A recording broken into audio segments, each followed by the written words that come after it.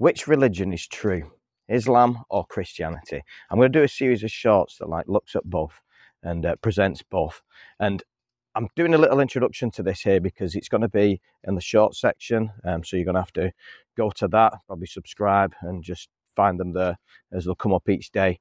And I want to do them in short 1 minute bite sizes so they can get out to TikTok, Instagram and Facebook as well. And the thing is, in my very first one, I'm going to deal with the elephant in the room first, which is Muhammad. And I want to get that out of the way. And I don't want to do that anymore because my aim in this series is not to completely undermine Islam. I don't want to do that. I'm just going to get Muslims' backs up. If some of them listen to it and believe it, they may just turn straight from Islam to atheism, and nobody wants that. I mean, it's good to believe in God.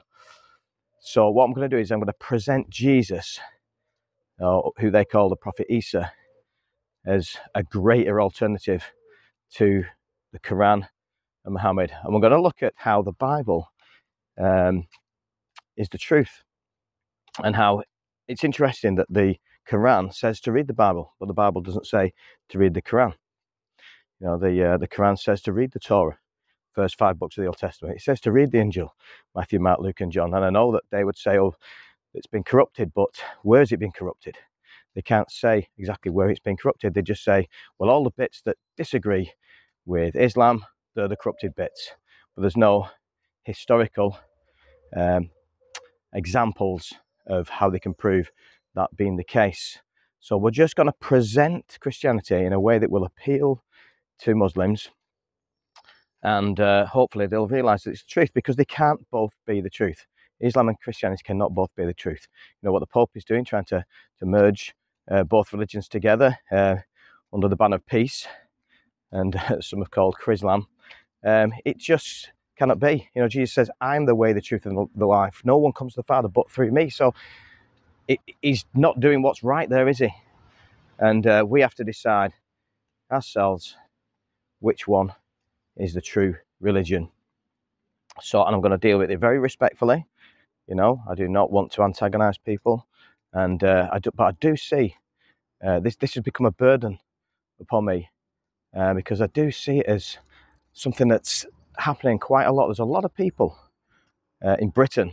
I don't know where you're watching this from, whether you're watching it from the UK or whether you're watching it from America, Australia, or somewhere in Europe. I don't know. But here in the UK, there's a lot of people turning to Islam. And it's not the answer. I don't want people to turn to Islam thinking that is the answer to the world's problems, because it would be desperate. Because when they come to the end of the days, they'll realize that it's just not enough. All this, you know, all the religions of the world, you know, are about working towards heaven, paradise, by being as good as you can. But it doesn't work. The only way to get to heaven is to trust in what Jesus has done on the cross. And that's how we get saved.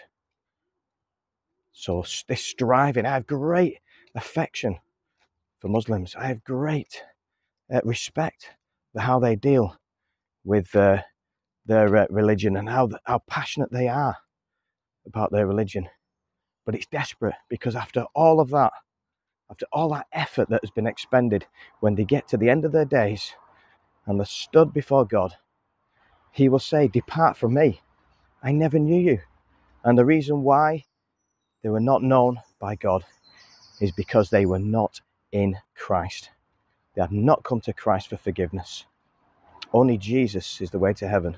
Only he can satisfy the demands of sin. He paid for sin. He paid for your sin. And that's how we get to heaven. Not by the great works that we do in this life, the great religious activities we do in this life. We do it purely through the cross. And we plead Jesus' blood and Jesus' righteousness. He gets our sin. We get his perfect record. And that's how we can be accepted by God. So please do subscribe. Please do watch the series. And I pray that it'll be of great benefit to you.